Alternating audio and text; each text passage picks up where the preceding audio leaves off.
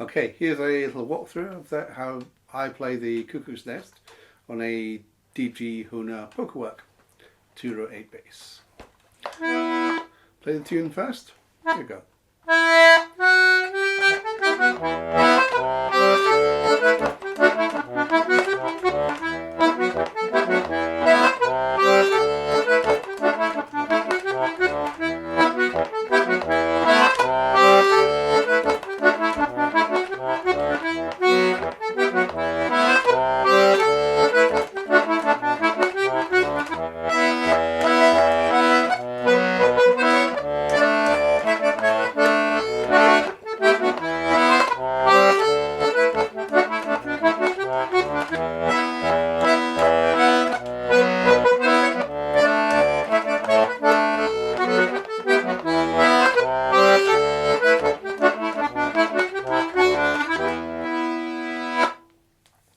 Okay, to talk about how the tune's broken down, it's in two bits, A music and B music.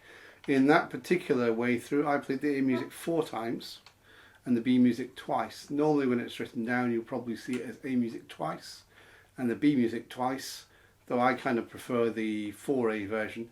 It also has the side effect of making the tune a 32 bar tune as opposed to a 24 bar tune, which would be otherwise if you just played 2 A's and 2 B's.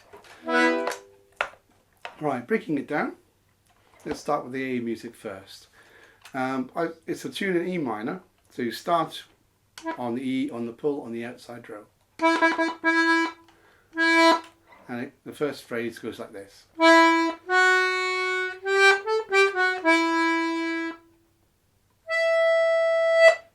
So that first bit, all on the outside row.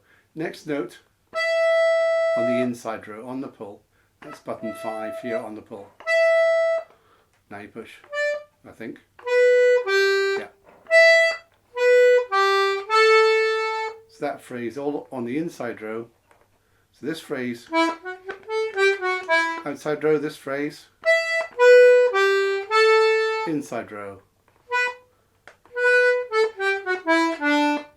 Next phrase, all on the outside row,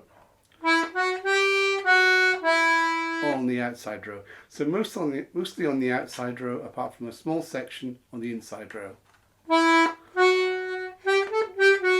Outside row, inside row.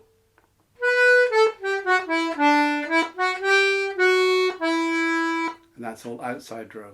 Basses that go with it. That's an E minor bass. That's a C on the push.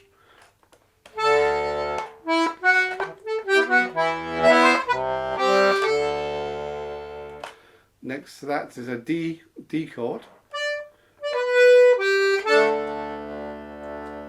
Although you can also play that D on the other row and the push if you wish.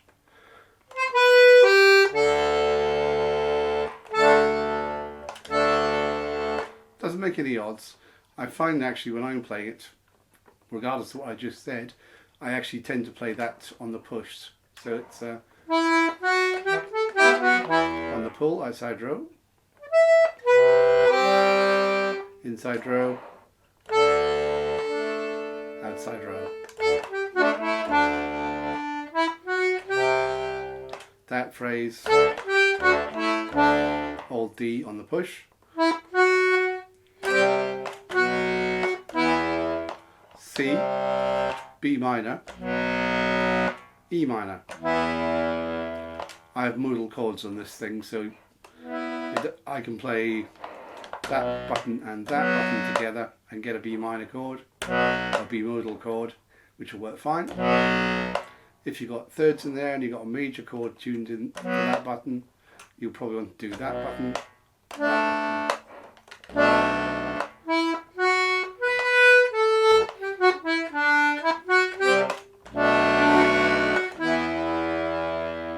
A bit stranger, but perfectly acceptable. So that's the A music, just to put it together.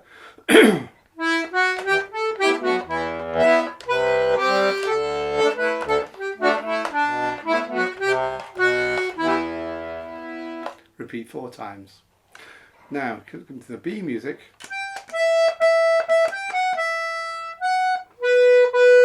Starts with that phrase. The start note is button 7 on the pull. That note. And this little phrase is across the rows. So 7 on the outside row, 8 on the outside row, 6 on the inside row, 7 on the outside row. Little triangle. And next couple of notes on the push. Oops. So that is button 6 on the outside row on the push, and button 4 on the inside row on the push. So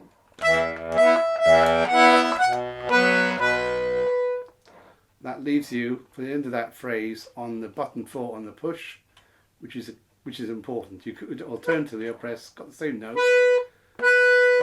by pulling button 5 on the outside row, but that would mess up the next phrase. So finish off that phrase on button 4 on the push.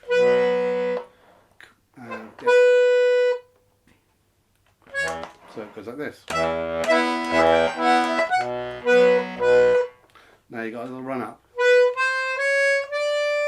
Sounds chromatic, sounds like there's accidentals involved.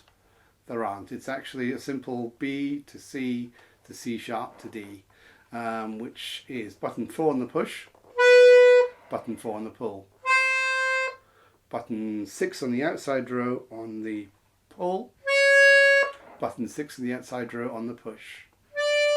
Actually, when you're transitioning to the next phrase, it's actually quite a logical progression, but it does sound as if you're dancing down the accidental end of the keyboard. There's no need. So it sounds like this. So that whole phrase slowed down sounds like this.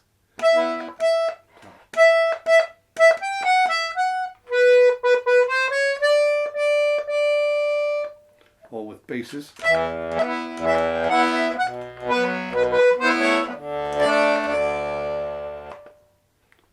Okay, next bit to both into that.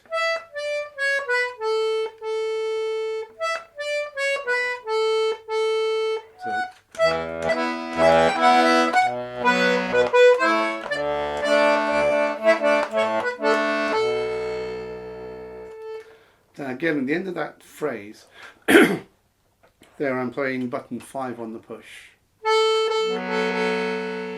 against the B minor chord.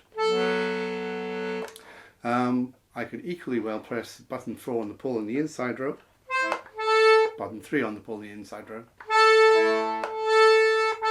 and play against an A chord.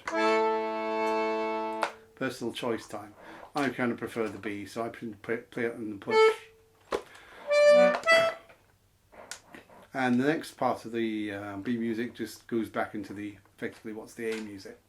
So to pull that together and to just show you how it drops into the A music, here we go.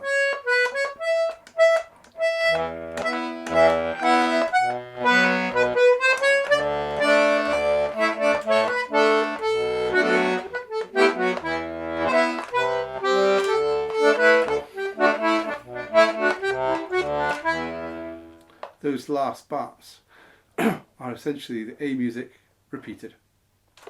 Okay, so you learn that in the A music, all you need to do is play it again. So here we go, B music again. I'll point out when we actually are playing those four bars we all learned first of all.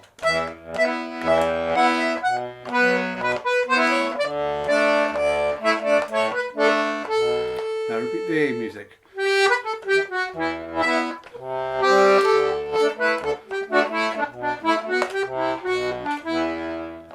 Okay, so that was a playthrough of the B music. I know it incorporated some of the A music, but that was effectively one B. So to show how that whole thing holds together in terms of A's and B's, play it through slowly. So here's the first A.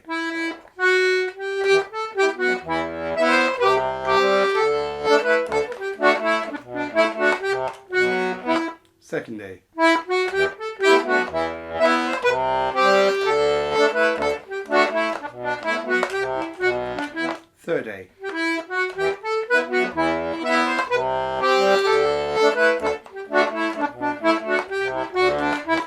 play.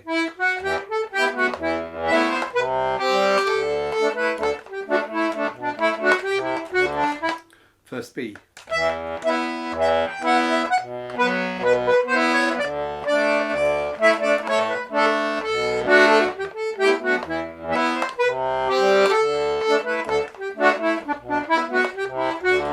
Second B.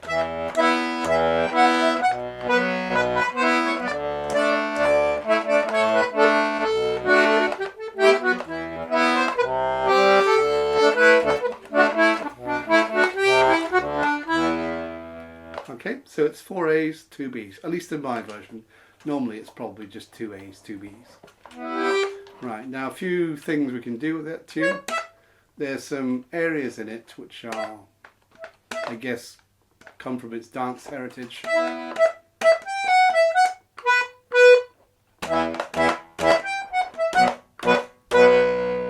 That implies to me a heavy percussion, I guess, a particular rhythm, kind of analogous possibly to a stick section within a dance. So, and you can mirror that in the bass. So instead of going, you can hit both basses simultaneously, as in, instead of, and it's 1, 2, 3, miss, 1, 2, 3. Okay.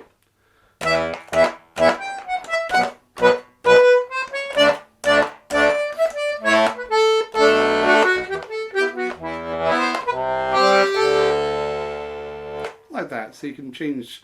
There's a fairly easy and, I dare say, obvious thing to do with the rhythm end on that part of the tune. There's a similar sort of thing on the A music.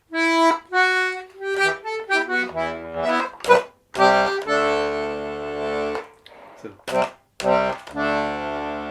on the basses instead of.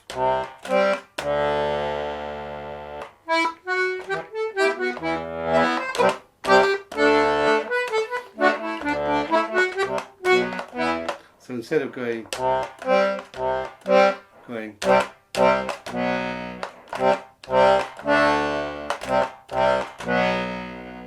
bit more percussive, a bit more drive to it. Other things to think about, you don't necessarily need to ump this tune, or indeed many other tunes. A lot of the tune you can get away with either playing the bass chord, which in this box is a bit unsubtle, bass note, or just the chord. Now I'm not actually changing the fingering or the bellows direction at all to accommodate this.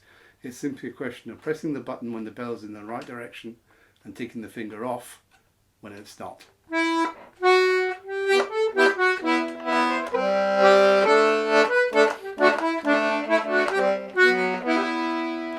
Now the may sound like it's intentional, it's forced by the fingering I'm using. Pull, good, push, so I have to leave the chord off for that bit, pull, push, leave the chord off, pull, leave the chord off.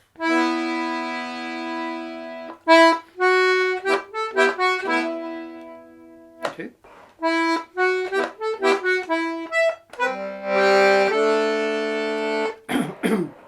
And because these notes are all on the push, I can quite happily just hold those chords down. Likewise on the B music.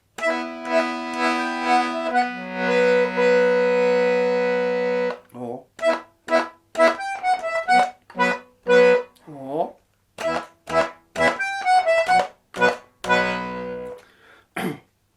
all alternative ways of doing that section. Excuse me.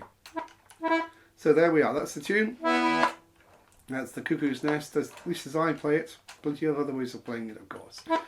Other thing to say with this tune is it actually drops quite nicely into last month's tune, the Raggle Taggle Gypsies, or Sheriff's Ride. They make a nice set together.